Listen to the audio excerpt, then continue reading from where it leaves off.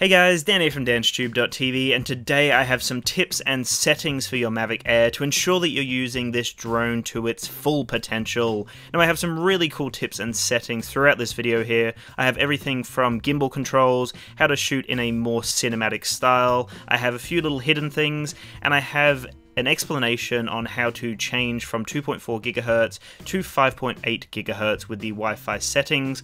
I've noticed a lot of people asking about that online. There's a few other really cool things to do with color profile and the style of the shot, and I will include all of that throughout this video, so keep tuned and make sure to subscribe for more Mavic Air content.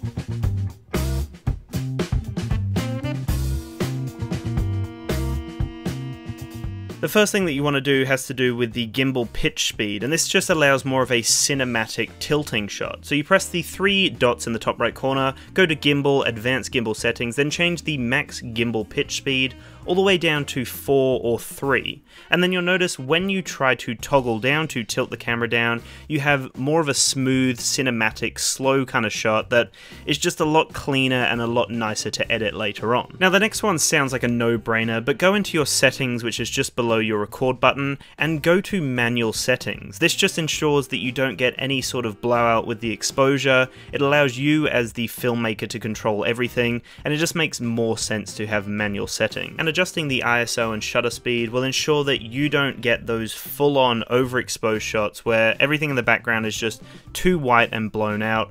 Having manual settings allows you to control everything that's going on. And then after you've changed into manual settings, go over to the camera icon in the middle and click on Style. Now change this to Custom, and the three values are Sharpness, Contrast, and Saturation. And the settings that have worked best for me is Sharpness 0, Contrast -3, and Saturation 0. That works really well. Taking out the contrast just gives you a nice natural black color for the shadows. You don't get too much noise in the shadows.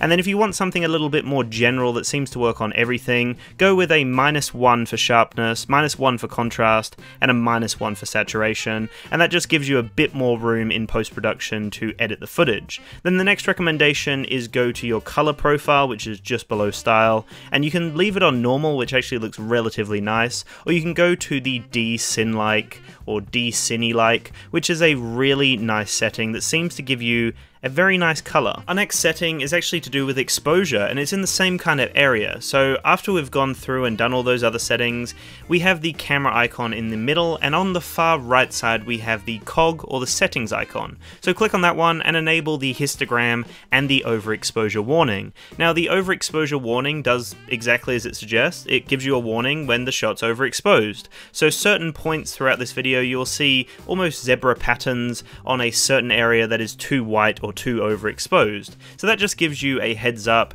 to let you know that that spot is too overexposed, maybe adjust the exposure a little more. The histogram does a really great job of visually displaying how the image is portrayed. So in the far left quarter you will have shadows, in the middle of the graph will be your midtones, and then on the far right you will have your highlights. So if it's blown out to the far right, you will have overexposed shots. If it's too far on the left, you will have too many shadows, it will be underexposed. So you kind of want it in the middle, but you want a lot of information spread out throughout the graph to give you a nice rich image. You do have control over where the histogram is situated on your screen, and I like to have it in the bottom right corner next to the play icon. It doesn't seem to intrude too much, and it sits perfectly just there. Now my next little hint is a very cool one, and it's actually really handy and oddly hidden away. It doesn't really tell you about it too much.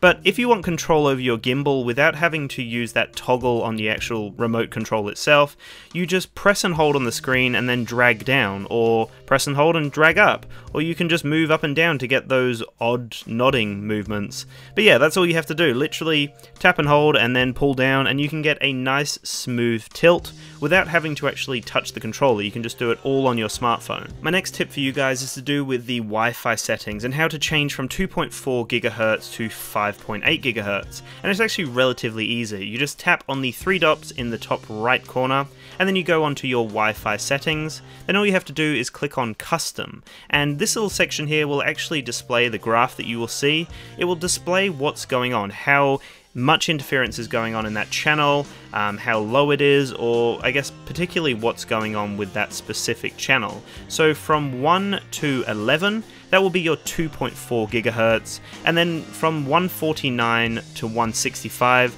that will be 5.8 gigahertz. So literally all you have to do is choose one of those channel indexes from 149 to 165, and it will set you up on the 5.8 gigahertz Wi-Fi setting. Now you can actually move across on the graph to see how much interference you're going to get and how active those channels are. So just choose one that doesn't have too much activity to ensure that you don't get too much interference, and then it will reset your Wi-Fi settings and boom, you're set up in 5.8 gigahertz. It's recommended for 2.4 gigahertz for more range and stability, but potentially in a situation where all of the 2.4 gigahertz channels are extremely unstable and there's too much interference, then that's the possibility to change over to the 5.8 gigahertz. Now when you're back to the main screen where you can just see the feed from the actual camera itself, on the far left there you will see an icon for a controller. Now click on that and it will just say normal. Now this is your intelligent flight mode selection, and one thing I would recommend is always choose cinematic mode. This just ensures that you get those nice smooth movements, and when the drone comes to a stop or when it moves too drastically, the cinematic mode will just smooth it out and ensure that the drone doesn't sporadically move all over the place, which it can seem to do in sports mode or if you're too full on with the sticks in the normal mode. So cinematic mode actually just eliminates all of that and makes it a lot easier on the pilot. I will have a few different shots now displaying how the style will actually look if you have sharpness at 0, contrast at -3 and saturation at 0. I will have that detailed in the top corner somewhere so you'll know when I'm actually shooting in that style. And then I'll also have some more footage where sharpness is at -1, contrast at -1, and saturation is at -1 as well. And again, I will detail that on the video itself in a second so you can see exactly what's going on and how these styles actually make your video turn out. Anyway, thank you so much for watching, guys. I really hope that these tips and settings improve your experience with your Mavic Air. I'd love to know what you think in the comments below. Also, make sure to subscribe if you'd like some more content on the Mavic Air and the Mavic Pro. I will be releasing a lot more content in the coming days, so make sure to check out the channel, and also please make sure to have a fan-splambadoose day. Peace out, all.